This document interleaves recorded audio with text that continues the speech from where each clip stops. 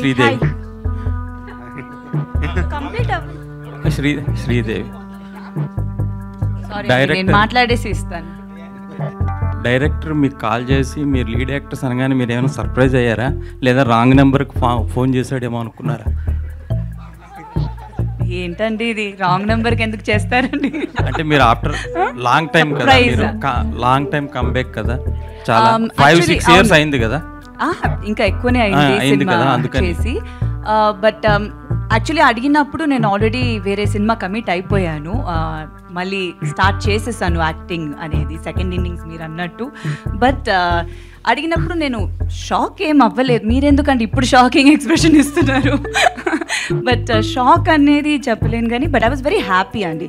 ఎందుకంటే నిజంగానే ఈ క్యారెక్టర్ నాకు చాలా నచ్చింది. సో చాలా ఇంట్రెస్ట్తో పర్సనల్గా చాలా హ్యాపీగా చేశాను ఈ cinema. So and the way నేను చెప్పినట్టు ఆయన పోర్ట్రే చేసిన ఫోన్లో చెప్పినప్పుడు జిస్ట్ కానీ ఫుల్ నరేషన్ నాకు ఇచ్చినప్పుడు డెఫినెట్గా ఈ సినిమాలో I should be a part of it అని అనిపించింది. ఎందుకంటే అంత డీటెయిల్ కేర్ తీసుకున్నారు ప్రతి నా ఒక్క క్యారెక్టర్ గురించి కాదు, ఆయన అంత అది ఒక డైరెక్టర్ అట్లా ఎక్స్ప్లెయిన్ చేస్తున్నప్పుడే తెలిసిపోతుంది డెఫినెట్గా ఈ ఫిలిం ఒక మంచి ప్రాజెక్ట్గా వస్తుంది అనేది. So I was very excited to do this character. Abhinav గారు ఈశ్వర్ సినిమా అంటే ప్రభాస్ గారి ఫస్ట్ హీరోయిన్ మీరే. అవునండి. ఇప్పుడు ప్రభాస్ గారు పాన్ ఇండియా స్టార్, మళ్ళీ ఒకసారి ఆయనతో యాక్ట్ చేయాల్సి వస్తే ఎలాంటి క్యారెక్టర్ కోరుకుంటారు ఏంటి? ప్రభాస్ గారి గురించి ఒక మాట చెప్పాలంటే ఏం చెప్తారు? రెండు.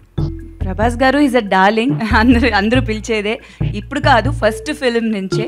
సో ఈశ్వర్లో మా జర్నీ స్టార్ట్ అయినప్పటి నుంచి అప్పుడు ఎలా ఉన్నారు ఇప్పుడు కూడా ఆయన అలానే ఉన్నారు, కొంచెం కూడా మారలేదు. So very very happy for him. డెఫినెట్గా మళ్ళీ మేము కలిసి చేస్తే చాలా బాగుంటుంది. I would love to do anything. అది ఒక మంచి సినిమా ఎట్లాంటి క్యారెక్టర్ డిజైన్ అవుతుందో డెఫినెట్గా చేయాలని. మళ్ళీ ఈశ్వర్ రిలీజ్ అవుతుంది ఆయన బర్త్డేకి. సో ఐమ్ వెరీ ఎక్సైటెడ్ దానికి to see Eshwar again on screen. Abhinav గారు